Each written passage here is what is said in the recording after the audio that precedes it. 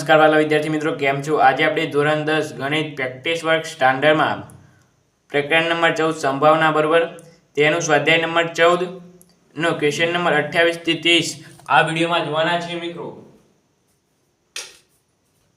તો વિડીયોને શાંતિપૂર્વક અને એન્ડ સુધી જોજો જેથી કરીને તમને 28 નંબરનો દાખલો કમ્પ્લીટ સંપૂર્ણપણે આવડે, 29 નંબરનો પણ દાખલો આવડે અને 30 નંબરનો પણ 3 દાખલા કમ્પ્લીટ સંપૂર્ણપણે આવડે। મિત્રો વિડીયોને શાંતિપૂર્વક નિહાળજો। ચાલો મિત્રો આપણે વિડીયોને સ્ટાર્ટિંગ કરીએ। અહીંયા મિત્રો એક 29 નંબરનો દાખલો છે તે જોઈએ આપણે। તો અહીંયા કહે છે કે એક પેટીમાં 1 થી 20 નંબર લખેલી ચિઠ્ઠીઓ છે, તેમાંથી એક ચિઠ્ઠીને યાદચ્છિક રીતે લેવામાં આવે છે તો તે ચિઠ્ઠી પરનો નંબર 1 અયુગ્મ હોય અથવા બીજો છે અવિભાજ્ય હોય અને ત્રીજો છે પ્રશ્ન 5નો ગુણિત હોય તેની સંભાવના શોધવાની છે મિત્રો।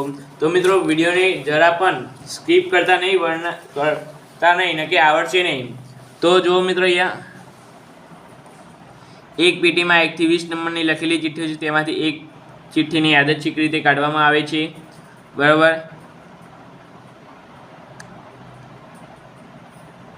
કુલ મિત્રો અહીંયા લખીએ આપણે પહેલા કે કુલ પેટીમાં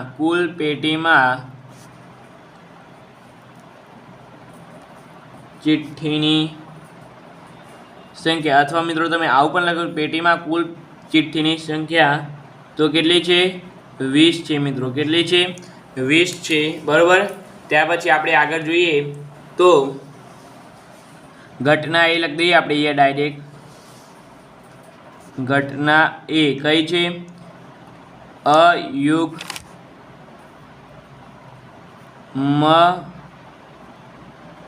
સંખ્યા હોય તો અહીંયા P1 લખી નીચે તો મિત્રો કેટલા આવશે? 20 આવશે અને 1 થી 20 સુધીની અયુગ્મ સંખ્યા કેટલી? તો 9, બરાબર। કઈ હું ગણાવ 1 થી 10 મિત્રો। 1 થી 20 સુધીની 10 અયુગ્મ સંખ્યા 1, 3, 5, 7, 9, 11, 13, 15, 17, 19, બરાબર। આટલી અયુગ્મ એટલે કેટલી થઈ? 10 થઈ, બરાબર। 1 થી 10 સુધીમાં 5 અને 10 થી 20 સુધીમાં 5 એમ કુલ થઈ 1 થી 20 સુધીની 10 છે। 0 ઉડી જશે એટલે કે 1/2 જવાબ આવશે। ખબર પડી ગઈ મિત્રો। તે જ રીતે આપણે ઘટના બી જોઈએ। ઘટના બી શું કહે છે? અવિભાજ્ય હોય। અવિભાજ્ય સંખ્યા હોય મિત્રો। અવિભાજ્ય સંખ્યા એટલે કે જેના અવયવ માત્ર 2 જ હોય, 1 અને તે સંખ્યા પોતે। તો મિત્રો એ લખીએ PB બરાબર નીચે તો 20 છે। અયુગ્મ સંખ્યાઓ કઈ છે તો હું તમને ગણાવું। એક તો છે 2, 3, એક ના આવે મિત્રો, 2, 3, 5, 7, 11, 13, 17 ને 19 કેટલી થઈ મિત્રો? 8 થઈ, બરાબર। 8 એટલે કે શું જવાબ આવશે?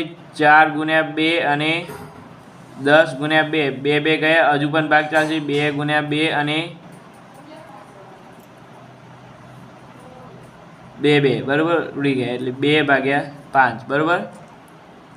મિત્રો તમને ખબર તો પડે છે, ના ખબર પડતી હોય અત્યારે જ નીચે જઈને કોમેન્ટ કરો, હું તમને આ દાખલો ફરી સમજાવીશ આખો, બરાબર। ત્યારબાદ જોઈએ ઘટના સી શું છે કે પેટીમાં 5નો ગુણિત હોય, 5નો ગુણિત હોય તો PC કરીને લખીએ। નીચે તો 20 આવશે મિત્રો। 1 થી 20 માં 5નો ગુણિત હોય એટલે તો પહેલા 5, બીજા 10, ત્રીજા 15 અને ચોથા 20 એટલે કેટલા થયા? 4। 4/20 આપણે કરશું મિત્રો, બરાબર। તો આપણો જવાબ શું આવશે?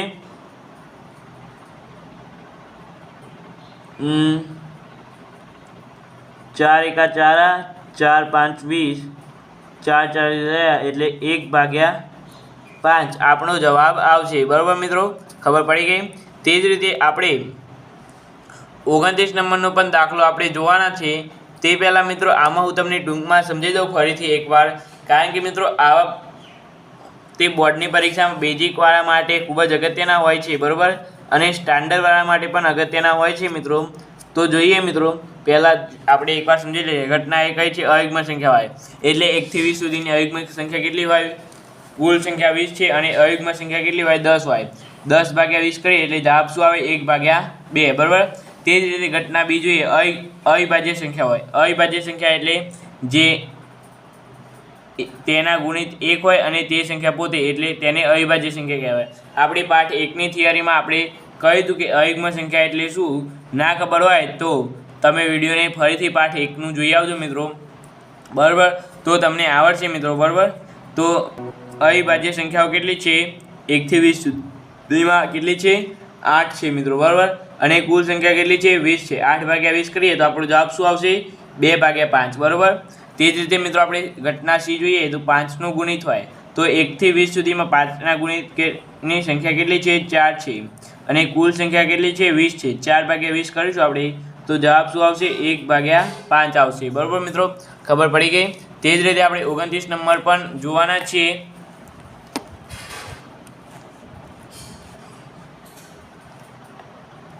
તો 29 નંબર જોઈએ તો અહીંયા રકમ કહે છે કે એક સિક્કાને 3 વાર ઉછાળવામાં આવે છે. તો નીચેની સંભાવના શોધો. એક સિક્કાને 3 વાર ઉછાળવામાં આવે તો મિત્રો તેના પર કઈ કઈ સંભાવના મળે હું તમને અહીંયા લખીને બતાવું છું. પહેલાં ટ્રિપલ H મળે, ત્યારબાદ ટ્રિપલ T મળે, ત્યારબાદ H ડબલ T મળે, ત્યારબાદ ડબલ T H મળે. બરાબર, ત્યારબાદ H T H મળે. બરાબર, ત્યાર પછી HHT આવી ગયું ના મિત્રો, આ બાકી HHT મળી. બરાબર, H ત્યાર પછી કઈ બાકી રહી? 2 ડબલ ટી એચ મળી. બરાબર, ત્યારબાદ THT મળી. ખબર પડી ગઈ મિત્રો. આટલી સંભાવનાઓ આપણને મળે. બરાબર, એક સિક્કાને 3 વાર ઉછાળવામાં આવે તો મિત્રો આપણે જોઈએ ઘટના એ બરાબર 2 છાપ મળે. તો લખીએ ઘટના એ બરાબર 2 છાપ મળે. બરાબર મિત્રો, તો બરાબર 2 છાપ મળે એટલે શું મિત્રો? 2 છાપ એટલે H કહેવાય. બરાબર 2 છાપ મળે એટલે કે આ 2 છાપ મળે એટલે આ 1, ત્યાર પછી આ 2 અને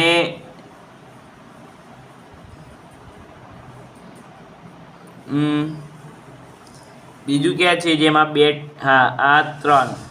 બરાબર, બીજી 2 છાપ મળી મિત્રો એટલે કે એક કાંટો હોય અને 2 છાપ મળે. 1 2 3. જો આમાં તો 2 છાપ નથી, આમાં પણ 2 છાપ નથી, આમાં પણ 2 છાપ નથી, આમાં પણ 2 છાપ નથી, આમાં 3 છાપ છે એટલે ના ચાલે. 2 છાપ કીધું છે એટલે 1 2 ને 3. તો P1 બરાબર 3 ભાગે કેટલી છે? 1 2 3 4 5 6 7 8. બરાબર મિત્રો, આ તમારો જવાબ થઈ ગયો. ત્યારબાદ કહે છે અહીંયા ઓછામાં ઓછી 2 છાપ મળે.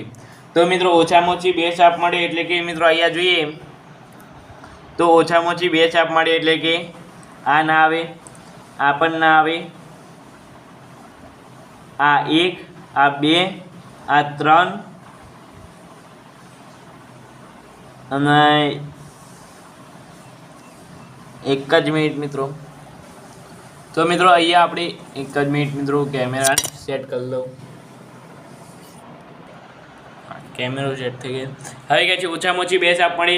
તો મિત્રો આ 1 2 છાપ છે મિત્રો, જોજો ધ્યાનથી. આ 1, ત્યાર પછી આ 2, આ 3 અને આ 4. બરાબર, તો ઘટના બી ઓછામાં ઓછી 2 છાપ મળે. બરાબર, તો PB બરાબર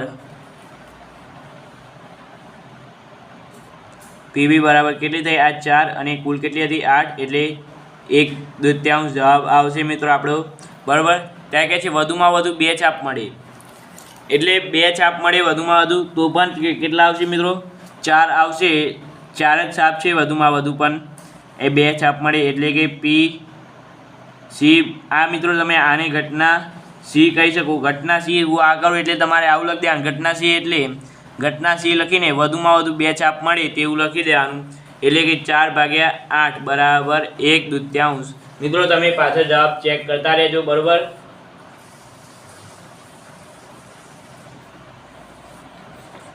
પાછળ જવાબ ચેક કરતા રહેજો મિત્રો. એક ભૂલ થઈ છે કે એક જ મિનિટ મિત્રો, હું રકમને જોઈ લઉં કે વધુમાં વધુ 2 છાપ મળે. એટલે આ 1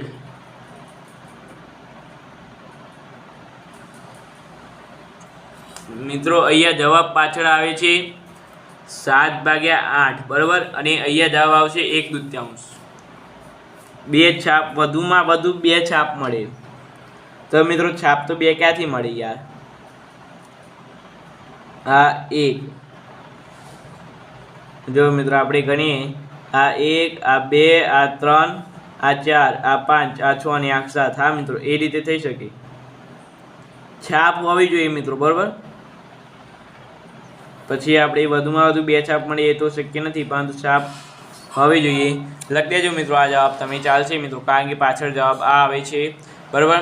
તે જ રીતે મિત્રો આપણે હવે 30 નંબરનો જોઈશું અને વિડીયોને સમાપ્ત કરીશું. મિત્રો આને ફરી હું સમજાવું કે ચાલશે? મને કોમેન્ટમાં કહેજો, તો આનો શોર્ટ વિડીયો બનાવીને તમને સમજાવી દઈશ, બરાબર. ત્યારબાદ મિત્રો હવે 30 નંબરનો દાખલો આવ્યો, બરાબર. કે મેળવેલ ગુણ અહીંયા આપેલ છે ઉપર, અને નીચે આપેલ છે વિદ્યાર્થીઓની સંખ્યા. એમાં પહેલું ક્વેશ્ચન છે કે 40થી વધારે ગુણ મેળવનાર વિદ્યાર્થીઓની સંભાવના. તો અહીંયા લખીએ ઘટના એ 40થી વધુ ગુણ મેળવનાર વિદ્યાર્થીઓ માટે P1 બરાબર 40થી વધુ એટલે 38, 42 આટલે આવે. કેટલા છે? 2 અને 1 3. અને કુલ વિદ્યાર્થીઓની સંખ્યા કેટલી છે? તો 1 2 3 7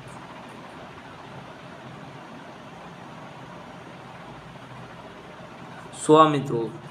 મારા ખ્યાલથી 100 જ છે. તમે પાછળ હું જોઈ લઉં પાછળ, તો પણ 3/6 જવાબ આવે છે. હા મિત્રો, કમ્પ્લીટ છે, બરાબર. ત્યાર પછી ઘટના બી. ઘટના બી કઈ છે જોઈ લઈએ મિત્રો આપણે. ઘટના બી છે 30થી ઓછા ગુણ મેળવનાર વિદ્યાર્થીઓની સંભાવના.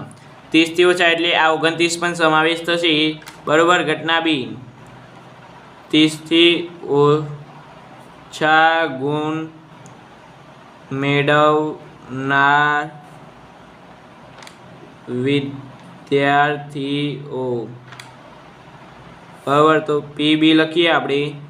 પીબી બરાબર 30થી ઓછા ગુણ મેળવનાર એટલે કેટલા વિદ્યાર્થીઓ છે મિત્રો? અહીંયા 28 ને 24 અને 20